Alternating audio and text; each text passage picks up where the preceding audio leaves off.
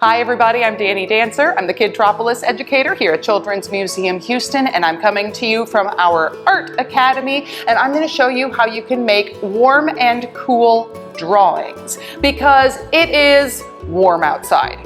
Okay, let's be honest, it is hot outside. It's summer, it's Houston, we know this, and it's great to find ways to cool down, whether it is going swimming or drinking some cold water or maybe making yourself a fan you can use to cool off with.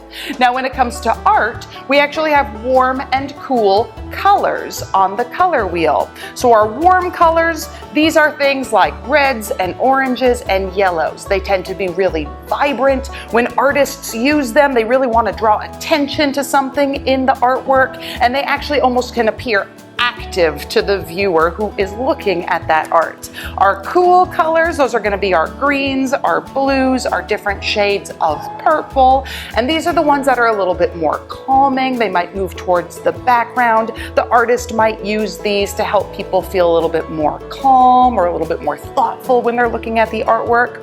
Well, we're actually going to use both of these together in our artwork today. And what we're going to do is we're going to make an object in the foreground, an object that's meant to pop to the front of the page that is in warm colors, and then we are going to use our cool colors in the background surrounding that object. All you need to do this, it's super simple. You need a piece of paper and you need something that you can color with where you have warm and cool colors, plus you need the color black. So you can use markers, you can use crayons, colored pencils, paint, whatever you have available.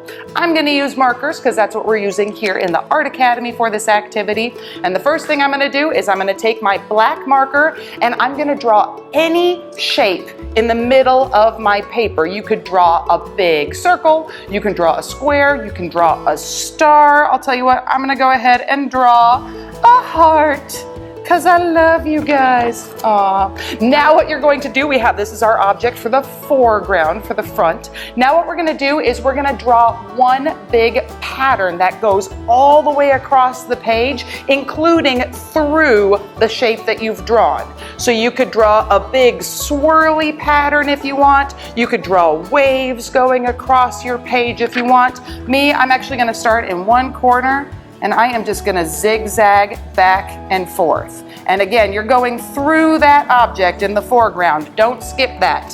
So this is what we're starting with for our artwork. Now the next step, take those warm colors and all of these different sections that you have created with your black marker in your middle object, color them with different warm colors. So I could use red here, I can use orange here, I can use some yellow up here.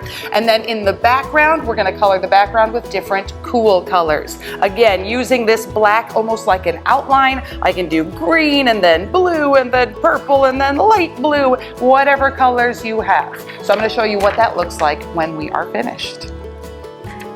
Okay, I'm all done with my warm and cool colors drawing. I've got all of my reds, oranges, and yellows in the middle, and you can see I actually outlined the yellow with a little red because I really wanted those warm colors to pop. I put all my cool colors in the background, and this is something that it's really easy for you all to do at home with different variations. You can use different materials to color this with. You can use different shapes, different patterns, and you can have a whole series of artwork featuring warm and cool colors. Meanwhile, thank you very much everybody for watching today's video. I hope you're having an awesome summer. I hope you're staying cool, and we hope to see you at the museum soon. Bye.